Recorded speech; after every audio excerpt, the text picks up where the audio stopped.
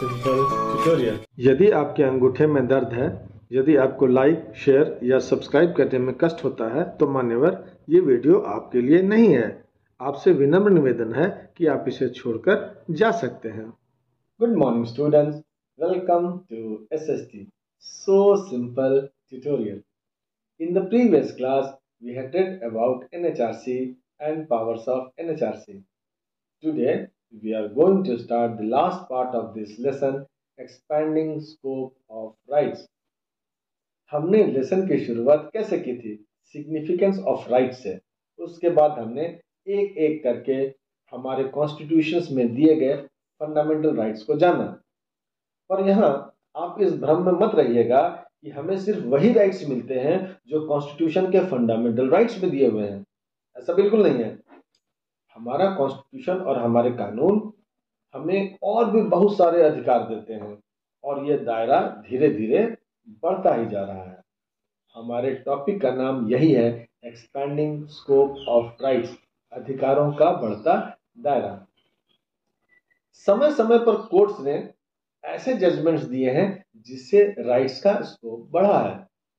कुछ राइट्स जैसे right to freedom of press, right to information, right to education, ये fundamental rights से ही डिराइव्ड है, उसी से निकलते हैं। इंडियन कॉन्स्टिट्यूशन में फ्रीडम ऑफ प्रेस का अलग से कहीं उल्लेख नहीं है। माना यह जाता है कि freedom of press is included in the wider freedom of expression.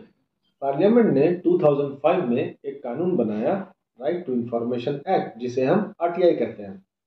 ये खुद फंडामेंटल राइट्स नहीं है, पर यह act right to freedom of thought and expression के तहत आता है। ये लॉ सिटीजन को गवर्नमेंट की एक्टिविटीज के बारे में जानकारी लेने के लिए एक बड़ा कदम है।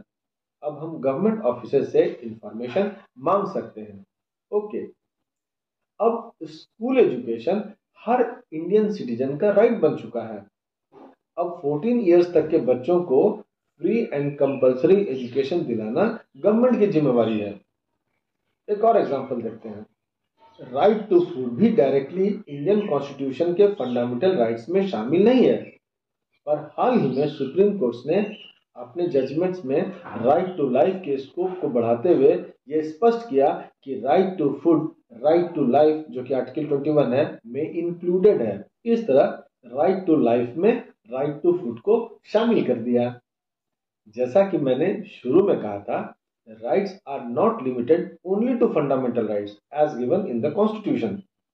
हमारा कॉन्स्टिट्यूशन हमें और दूसरे राइट्स भी देता है जो कि फंडामेंटल राइट्स नहीं है, जैसे कि right to property.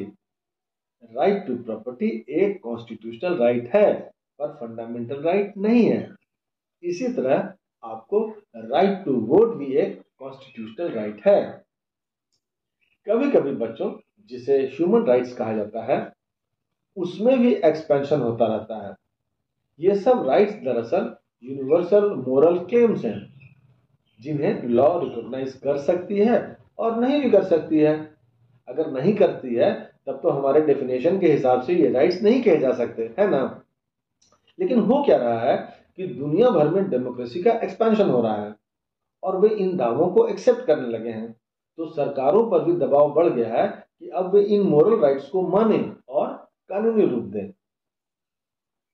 Some international covenants have also contributed to the expansion of rights. ये covenants क्या हैं? Covenants basically means a promise, an agreement or contract between two parties. प्रतिज्ञा पत्र। Look at the International Covenant on Economic, Social and Cultural Rights. इस covenant को दुनिया भर के ह्यूमन राइट एक्टिविस्ट एक स्टैंडर्ड ऑफ ह्यूमन राइट्स की तरह देखते हैं। इस कोविनेंट में ऐसे कई राइट्स दिए हुए हैं जो डायरेक्टली हमारे फंडामेंटल राइट्स के पार्ट नहीं है, जैसे right to work, right to safe and healthy drinking water, right to adequate standard of living including adequate food, clothing and housing, right to social security and insurance, right to health और right to education, आदि आदि आदि।